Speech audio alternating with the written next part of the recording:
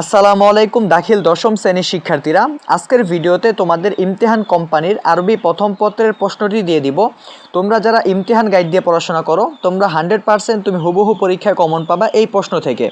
ভাইয়া, তার আগে তোমাদেরকে একটা কথা বলে রাখি, তোমরা যারা চ্যানেলে নতুন দর্শক রয়েছো তাদেরকে একটি চ্যালেঞ্জ দিব, এবং যারা পুরানো অডিয়েন্স আছো সবাইকে মিলেই একটি চ্যালেঞ্জ দিতে চাই।